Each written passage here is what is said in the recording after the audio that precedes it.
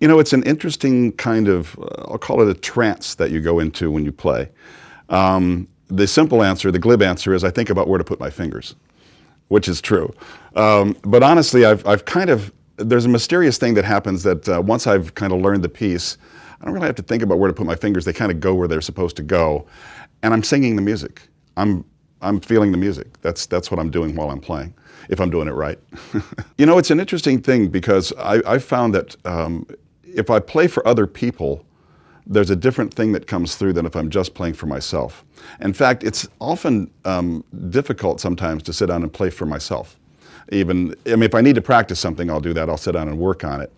But there's a different energy because you get the energy from the people who are listening to you when you're performing, which is why I like to go out and play in front of a live audience. Because it inspires me to play, I don't know, better, more seriously, whatever, than I can ever do by myself in a room without anybody else around. You know, I'm able to fit it in various places. I don't have a regular 9-to-5 job anymore like I used to when I was working in the corporate world. I'm a college teacher now. I teach some classes here at the Art Institute. I teach for the San Diego Community College District. I perform, and then in my other time I write. I compose, like the piece that I played here today. And I also work on trying to get my music out there and get it placed and find places in the world where it can make me some money. Well, I started, I first took guitar lessons when I was a youngster, 7 years old actually, but I didn't stick with it.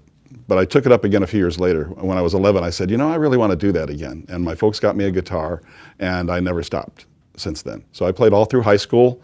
I had a group in high school. I actually made a record album in high school. If you can find a copy of it now, it's a rare collector's item on eBay. They go for about $500. I'm serious.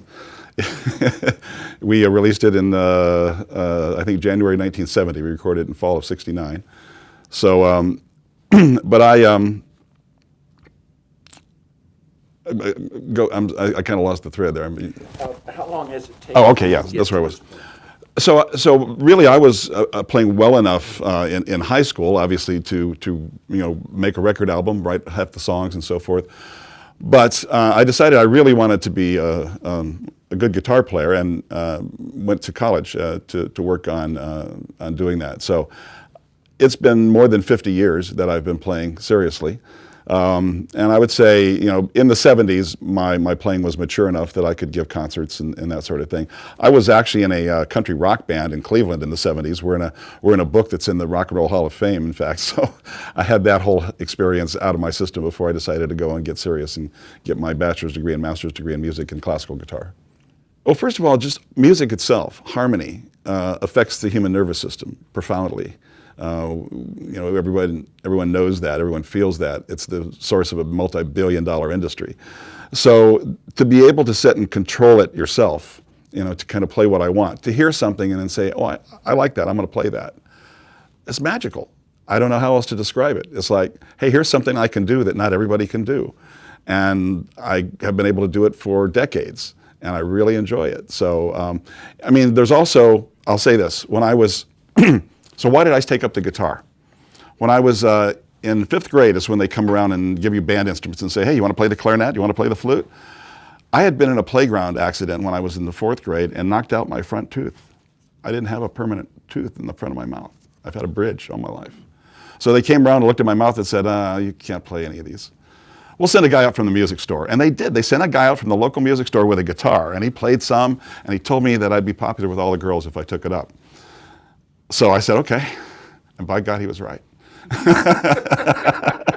No, I found that really it's a wonderful way of being able to just be with other people. Obviously, you can be the life of the party if you're the guy who plays and sings, right, or the girl. So you know, it's always been enjoyable in that way, and I have managed to make a living at it. Now, not always just playing the guitar. I've been in the audio, video, music, industry. But I've always been close to the music world and the audio world all my life. So even though my degrees were in classical guitar performance, I didn't have a career as a classical guitarist, but I've been able to make a living and enjoy doing music and teaching music and things about music all my life.